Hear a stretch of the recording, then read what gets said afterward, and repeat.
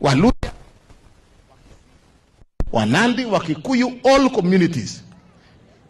Anybody who lives in Nandi, this is your home.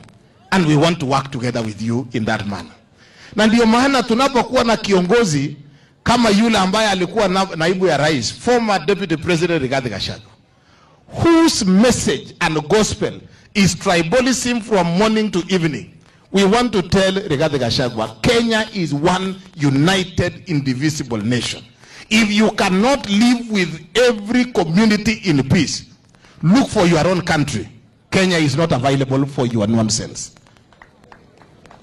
If you cannot live with all communities in Kenya, if you cannot appreciate the fact that every community belongs to Kenya, and that every community and every person in Kenya has a right to live, to work, and to vote and be part and parcel of government program in any part of this country, we want to tell you, look for another country. Kenya is not available for those nonsense. Na juzi walikuwa natuambia ati kuna mjumbe alishikwa, alifanyiwa abduction. Baadaye tumekuja kurealize kumbe mjumbe hakufanyiwa abduction. Yeye alienda sleepover na rafiki yake mwingine hapo. Alafu anasema ati ni serikali wamefanya abduction. Na wakasema ati kuna maofisa wa serikali wa kutoka jamii ya Nandi ati wao ndio walifanya abduction. Baadaye ikajulikana ni mrembo anaitwa Nduta, alikaa na akarelax na yule mjumbe usiku yote. Mjumbe akapata ile inaitwa soft tissue injuries. Hatujui sasa hii injuries ya usiku yote na mrembo mmoja na mtu akapata soft tissue injuries. Tunasikia ati hawezi zungumuza, sijui mdomo yake ama koo yake ilifanyika nini. Hatujui yeye alikuwa anapiga nduru usiku yote ya kufanya nini mpaka sauti ikapotea. Na sasa wanataka kuja kuongea hiyo ujinga na kusema ni serikali ndio imefanya abduction. We want to tell these people, please.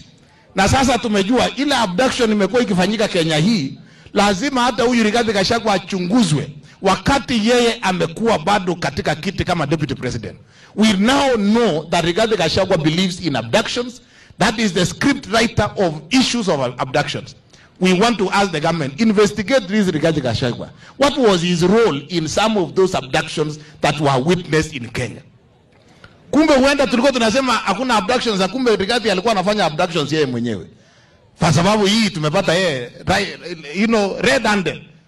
Na tunataka kuambia hiyo MC, huyo mtu mko mgonjwa kwa hospitali, toka kwa hospitali, imejulikana huko mgonjwa, haukipigwa na mtu. Kama kazi ilikuwa ngumu, basi tujue tu maneno maji ilizidi unga, mtu akazama, lakini huwezi enda kwa hospitali 1 week yote kwa sababu ya maneno ya one night peke yake. Hiyo ni mtu bure kabisa. So tunataka mtu atoke hospitali aende kufanya kazi ya mjumbe, awaje kudanganya sisi na kusema ati alifanyiwa abduction. Abduction kitu gani? Na soft tissue injuries na nini? Vitu bure kabisa. Anyway, Kenya hii iko na vituko, lakini ni sawa tu. Kenya itaendelea na tutawafanyia.